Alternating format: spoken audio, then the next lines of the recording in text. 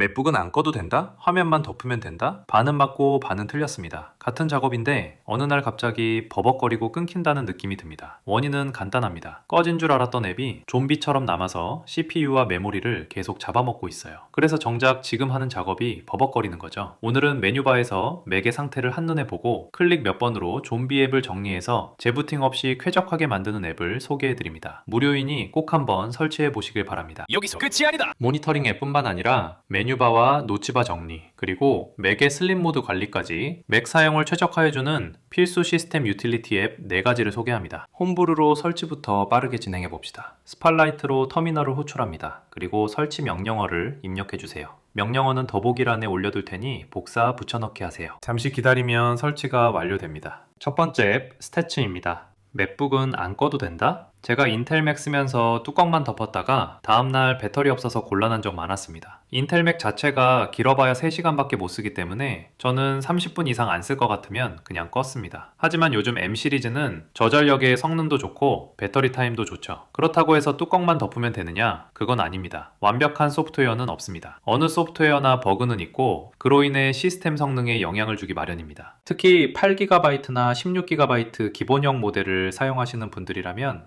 지금 이 순간에도 메모리가 상당히 열일하고 있을 가능성이 높습니다. 지금 제가 이 영상을 만드는 중에도 파이널 컷이 6기가, 크롬이 3기가 사용하고 있습니다. 맥 OS가 자동으로 관리해주기 때문에 사용자는 잘 느끼지 못하지만 맥 내부에서는 메모리 압축을 했다 풀었다 하며 시스템에 부하를 주고 있습니다. 제가 사용하는 맥 스튜디오는 램이 32GB입니다. 그런데 어느 날 확인해보니 맥 OS 기본 서비스인 월페이퍼 이미지 EX가 37GB 이상을 점유하고 있었고 스왑도 21GB 이상 사용 중이었습니다. 해당 서비스는 배경화면으로 지정한 사진을 화면 사이즈에 맞게 늘려주는 서비스입니다. 저는 약 300장의 사진을 배경화면용 폴더에 넣어두고 배경화면을 5초마다 다른 사진으로 랜덤하게 바꾸도록 설정해 놨는데요. 사진을 미리 작업해서 늘려두는 게 아니라 매번 실시간으로 하는 모양인 것 같아요. 그래서 설정을 30분으로 바꾸고 나니 그제서야 사용량이 1기가 정도로 내려갔습니다. 맥북은 이 문제 때문에 아예 배경화면을 검은색 단색으로 바꿔버렸어요.